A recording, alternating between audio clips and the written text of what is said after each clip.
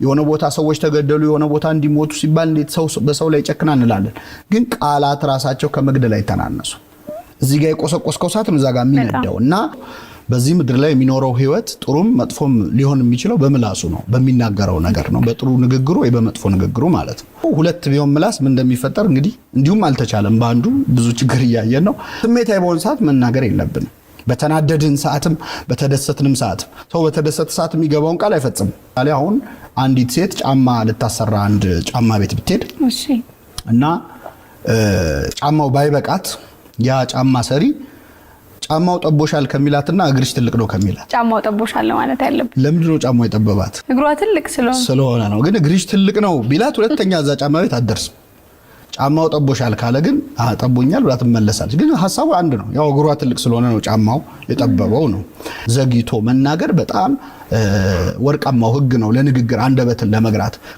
እንግዲህ ያው እኔ ሃይማኖት ሰው ስለሆንኩ ከዛ ብነሳ አንደበት በጣም ብዙ ኃይል እንዳለው ነው የሚነገረው በሁሉም ሃይማኖቶች በሁሉም መጽሐፍት ማለት ነው እንግዲህ ዓለም ሲፈጠርም ብርሃን ይሁን ተብሎ ነው ብርሃን የበራው ያ በቃል የተፈጸመ ነገር ነው ከዛ ውጪ እንግዲህ ሁለት ህይወት አለ አንደኛው እዚህ ምድር ላይ የምንኖርበት ህይወት ነው ሁለተኛ ከሞት በኋላ ያለው ህይወት ነው ስለ ሁለቱ ዓለማት መጽሐፍ ቅዱስ ሲናገር የመጀመሪያው ሞትና ህይወት በምላስ እጅ ነው የሚል ቃል አለ ማለት ሰው በዚህ ምድር ላይ የሚኖረው ህይወት ጥሩም መጥፎም ሊሆን የሚችለው በምላሱ ነው በሚናገረው ነገር ነው በጥሩ ንግግሩ ወይ በመጥፎ ንግግሩ ማለት ነው በአንጻሩ ደግሞ ከሞት በኋላ ያለውን ሲገልጽ ከቃል የተነሳ ትጸድቃለህ ከቃል የተነሳ ትኮነናለህ ይላል ስለዚህ ቃል ይሄንን ያህል እጅግ በጣም ወሳኝ የህይወት ክፍል ነው በሃይማኖት አካባቢም ደግሞ ጸሎት በቃል ነው የሚደረገው ቡራኬ በቃል ነው የሚደረገው ሰው ንስሐ ቢገባ በቃሉ ነው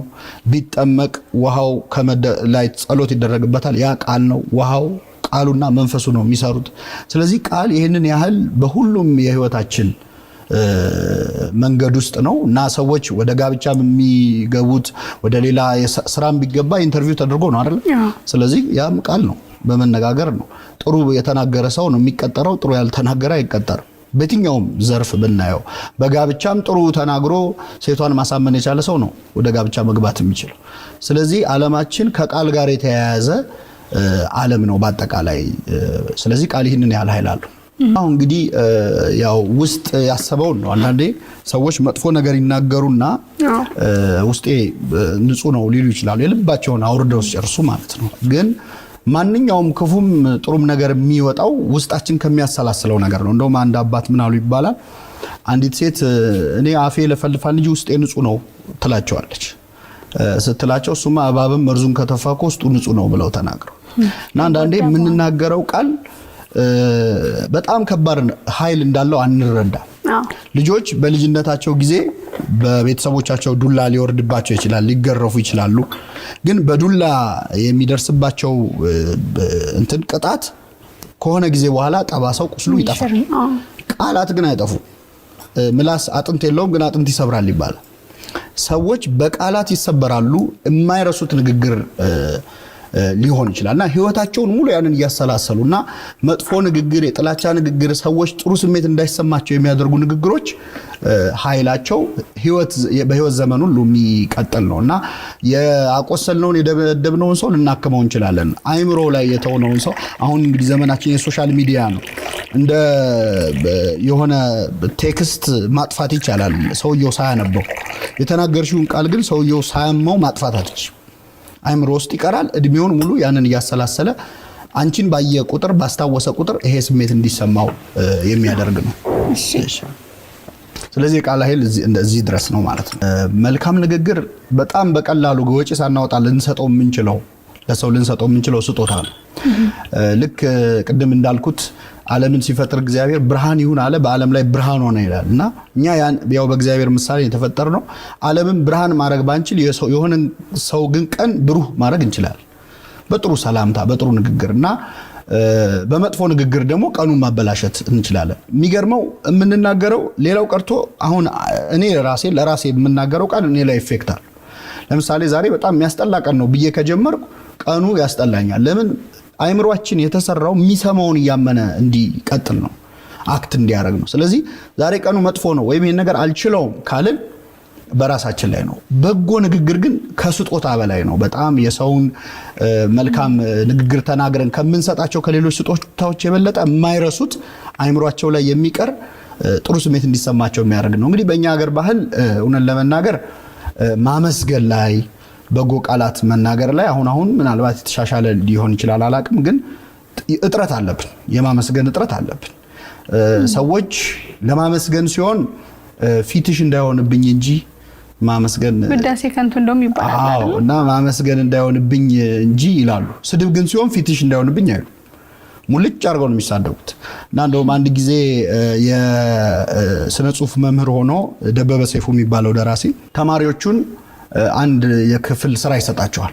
ምን ያደርጋል? አንዲት በጣም ቀጭን ልጅ ያቆምና ክፍል ውስጥ እቺ ልጅ እስቲ አመስግኗት ይላል፣ በቅጥነቷ ማለት ነው። እና በቃ እንደው በቻሉት ሸንቃጣ ምናምን ብለው 1 2 3 ቃል ተናገሩ። አሁን ደግሞ ስደቧት አላቸው። ሲላቸው እንደ ዝናብ ነው ያወረዱባት ማለት ነው። በጣም ብዙ ስድብ ስለ ቅጥነቷ። ወፍራም ሴት ደግሞ አቁሞ አመስግኗት፣ መጀመሪያ አመስግኗት አለ። ጥቂት ቃላት ድንቡሽቡሽ ምናምን አሉ። ከዛ ወደ ምስጋናው ሲመጣ ወደ ስድቡ ሲመጣ ግን በጣም ስብር የሚያደርግ ነው። ምንድነው ይሄንን ማንሳት የፈለገው? የምስጋና ቃል ሲሆን ቮካብለሪ ራሱ ያጥረናል። ቃሉ ስለሌለ አይደለም ስለማንጠቀምበት ነው። ስለዚህ ምስጋና በጣም ኃይል እንኳን በጥሩ ቀርቶ እንደው በቤተክርስቲያን ወድሶ በዘይኮነ ድልወቱ ሚል ቃል አለ። ባይገባው ማመስግነው። ምክንያቱም ምስጋና ለሰው ኃይል ይጨምርለታል። እና ምን ሰራበት መስሪያ ቤት አብረውን የሚሰሩትን ሰዎች ቤተሰቦቻችንን የምንናገረው ጥቂት ቃል ይሰራቸዋል። ለህፃናት ለምን ደግሞ ሲሆን በልጅነት የተነገራቸውን ቃል ይዘው ትልቅ ደረጃ ይደርሳሉ። እና መጽሐፍ ቅዱስ ይገርምሻል መሳደብን ከመግደል ያነጻጽረዋል ክርስቶስ። ወንድሙን ደንቆሮ የሚል ነፍሰ ገዳይ ነው ይላል። ለማጋነን ምናምን አይደለም።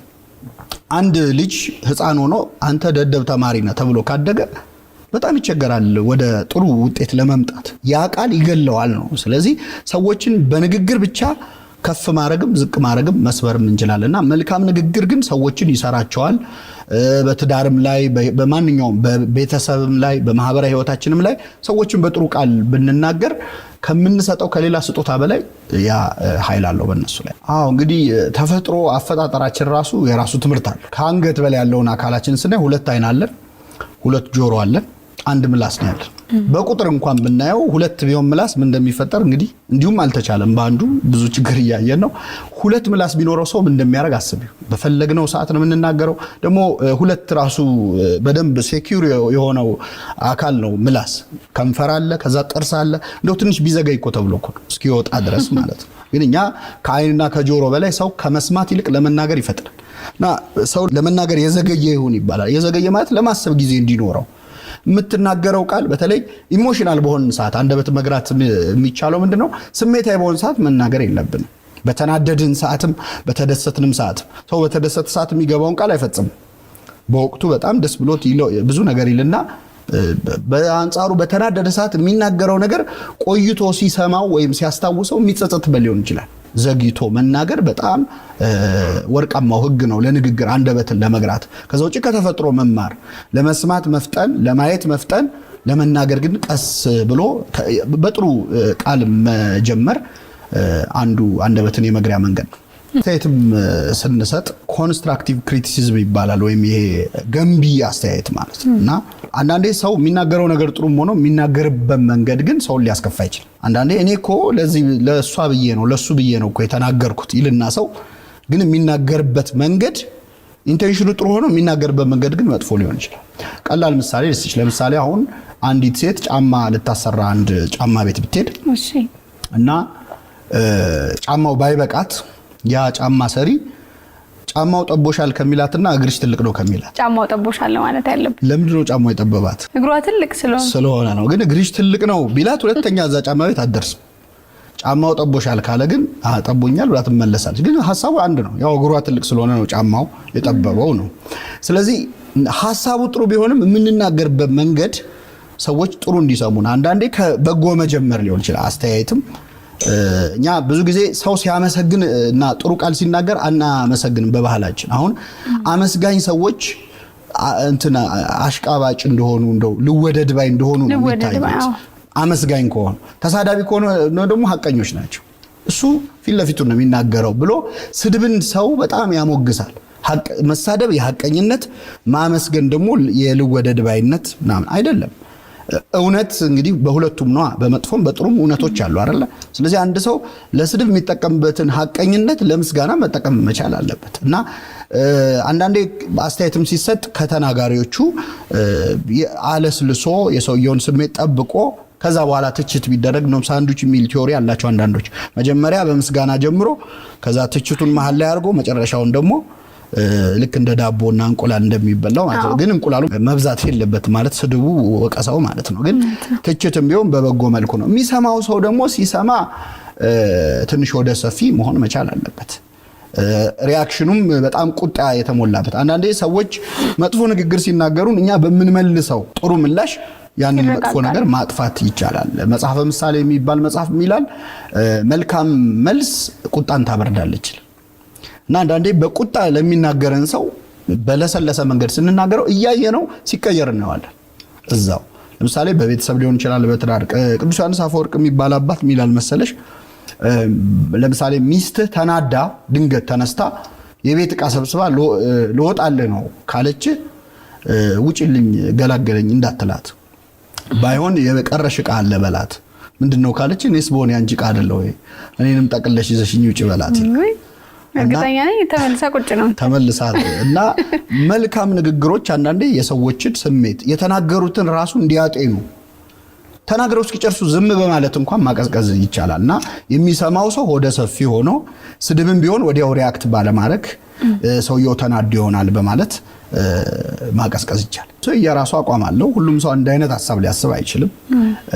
ግን ያንን ልዩነት የሚገልጽበት መንገድ አሁን ምንድነው? አንድ ጊዜ የጀርመን ቴሌቪዥን ላይ የሉላ አስራተ ካሳ ካልተሳሳትኩ ቃለ መጠይቅ ሲሰጡ በጣም የገረመኝ ነገር ሰማሁ። ምንድነው የሚሉት? አፍሪካ ውስጥ ወይ ደጋፊ ነው ወይ ተቃዋሚ ነው እንጂ ኦፖነንት የሚለው ቃል አቻ የለውም ይላሉ። ማለት ወይ ጠላት ነው ወይ ወዳጅ ነው እንጂ በሐሳብ የሚለይ ለሚለው ሩም የለውም አሉ። እንግዲህ ቮካብላሪ ሊኖር ይችላል የሆነ ሀገር ተፈልጎ፣ ግን ጽንሰ ሐሳቡ የለም። እኛ ስንደግፍም እስከ መጨረሻው ነው፣ ስንቃወምም እስከ መጨረሻው ነው። እና በዛ ምክንያት ልዩነቶቻችንን ማስተናገድ አንችልም።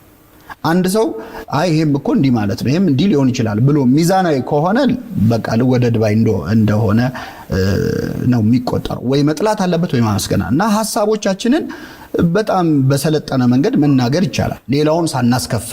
አሁን ደግሞ የከፋው ምንድነው? በፊት ስድብ እና ክፉ ንግግር በግል ነው የምንናገር የነበረው። ድሮም እኮ ስድብ ነበር፣ እሱማ በደንብ ነው የምንሰዳደብ የነበረው። ግን አሁን ለየት ያለው ቴክኖሎጂ መጣ።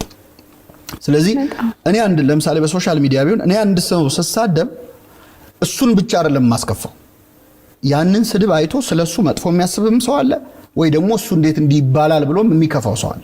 ስለዚህ የብዙ ሰው ህይወት ነው የምነካው ማለት። ሳመሰግንም የዛን ያህል ነው ኃይሉ። እና ቴክኖሎጂው አለ የሚቆይ ለትውልድ የሚተላለፍ ስድብ ነው እያደረግን ያለው ነው። እና የሆነ ቦታ ሰዎች ተገደሉ፣ የሆነ ቦታ እንዲሞቱ ሲባል እንዴት ሰው በሰው ላይ ጨክና እንላለን።